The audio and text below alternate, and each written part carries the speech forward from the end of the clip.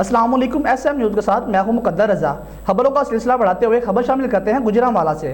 थाना आरूप के इलाका आलम चौक में पेट्रोल पंप इंतजामिया की गुंडागर्दी अरूज पर। एक तो पेट्रोल की मिकदार कम क्यों पूछने पर पुलिस कांस्टेबल और शहरियों को बाज़तरीन तशद्दुद का निशाना बना डाला। इस हवाले से मजीद जानते हैं न्यूज़ एडिटर अब्दुल लतीफ़ शेख से।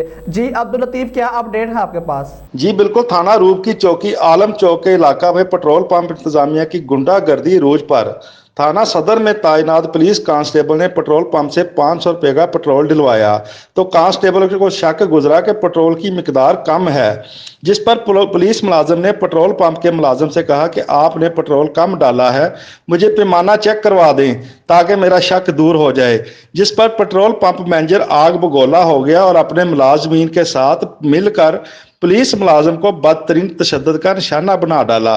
यही नहीं, इस वाक़ये की वीडियो बनाने वाले शहरी पर भी तशद्दुद किया गया।